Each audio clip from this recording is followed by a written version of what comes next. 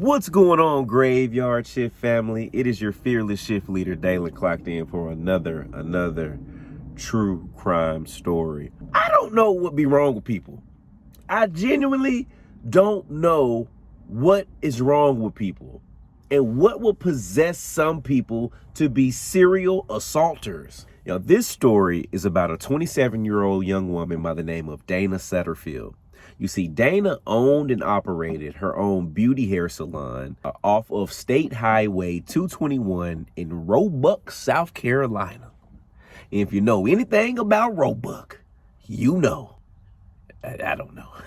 I don't know what goes on in Roebuck. Now, you see, Dana was the mother of 2 children, and she had recently been separated from her husband, right? Her husband was a man named Mike. Now, at around 6:30 p.m. on July 31st, 1995, Dana bought a bottle of cleaning fluid from a door-to-door salesman by the name of Shirley. Now, mind you, at 6:30 p.m., a woman named Shirley is going door-to-door, business-to-business, selling cleaning liquid. Okay, cool. It's 1995. You know what I'm saying? You got to hustle the way you hustle. I'm not knocking it. Now, at 8:11 p.m. that same night, Shirley doubles back by Dana's salon and peeks in the window, right?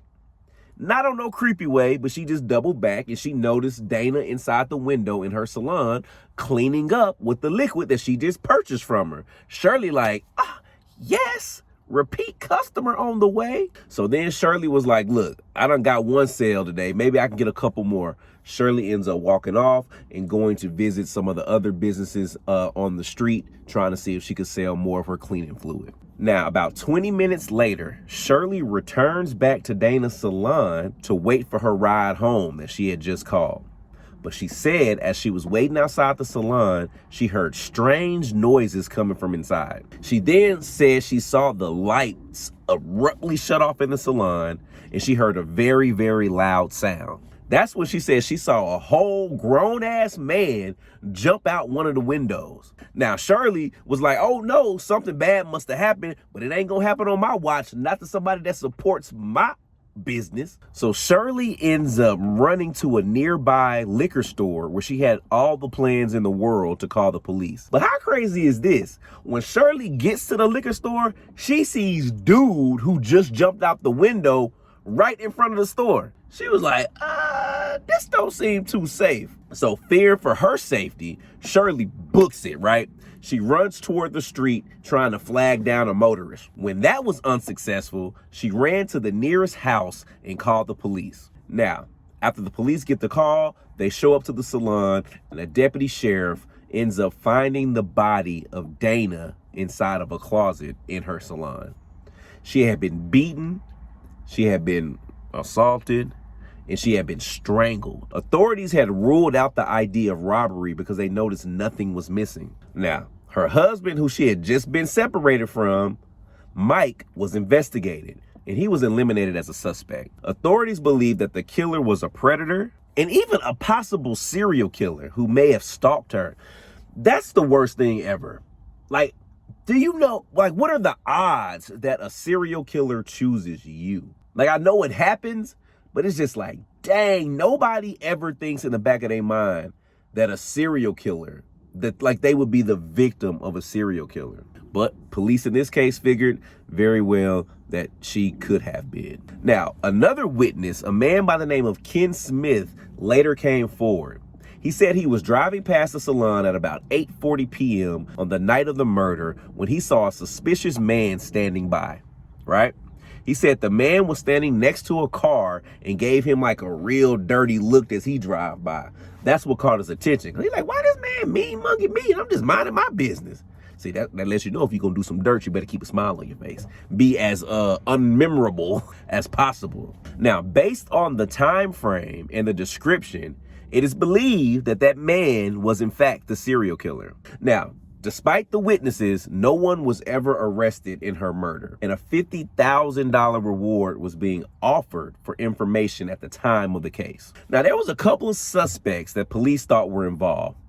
Now, the first suspect that the police thought could have been involved in this murder was, of course, Dana's estranged husband, Mike. They figured like he was the killer. You see, his fingerprints was actually found on a water heater, which was literally right next to Dana's body. However, Mike told police he was the one that installed the water heater, so his fingerprints gonna be all over it. But that doesn't mean that he's a killer. And he also noted that their breakup was amicable. He was like, I ain't got no mean bone in my body towards Dana.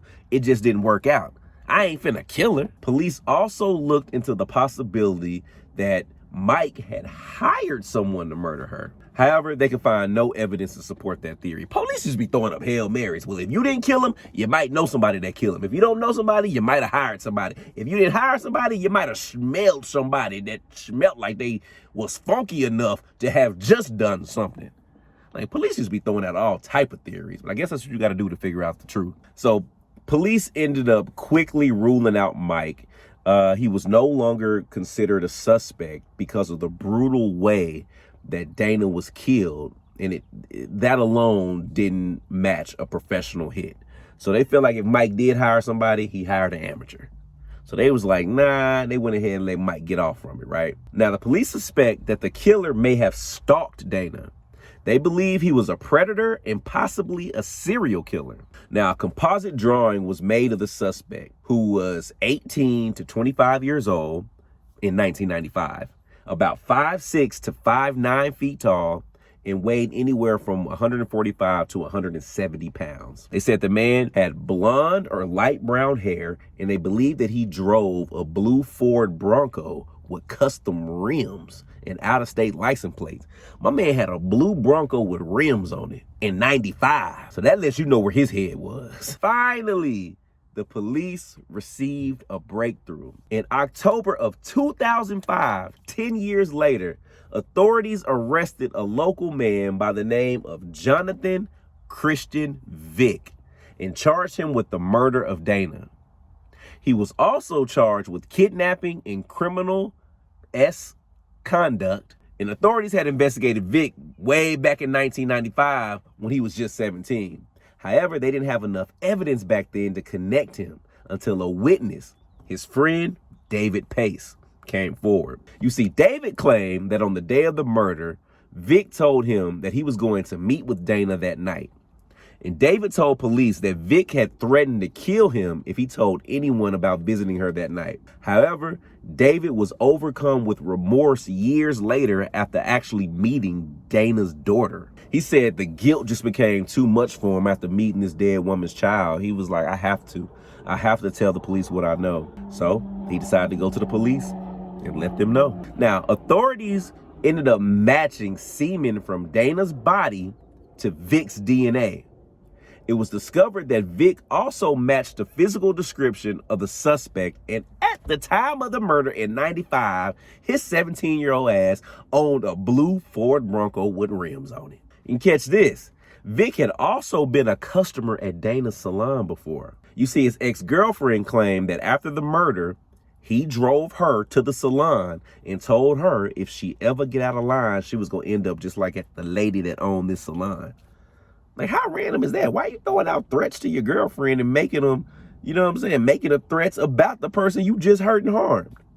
This man is sincerely a psycho. Now, furthermore, while Vick was in the Marines, yes, he was a veteran, he assaulted several people and was known for having a very, very violent temper. Now, at Vick's trial for Dana's murder, the defense noted that a pubic hair on her body did not match Vick. However, it was noted that the murder took place in the men's bathroom, meaning that the hair may have just been left by another customer, which is just wild because this woman was assaulted and killed by a man in the man's bathroom, and the pubic hair on her wasn't even from him. It was from some other man's body that just was randomly on the floor in this bathroom. And then in December of 2006, Vick was convicted of the charges and given a life sentence. And in 2010, he was placed on prison lockdown after he assaulted another inmate. With all this happening in 95 and him being sentenced in 2005, surprisingly, Vick will actually be eligible for parole in 2035,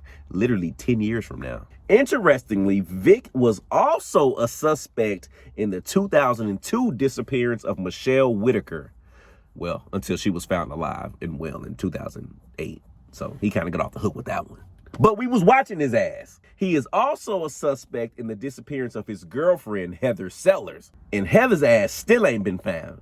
But don't you worry, I'm gonna tell y'all about that story coming up soon. Y'all, at least they caught this man.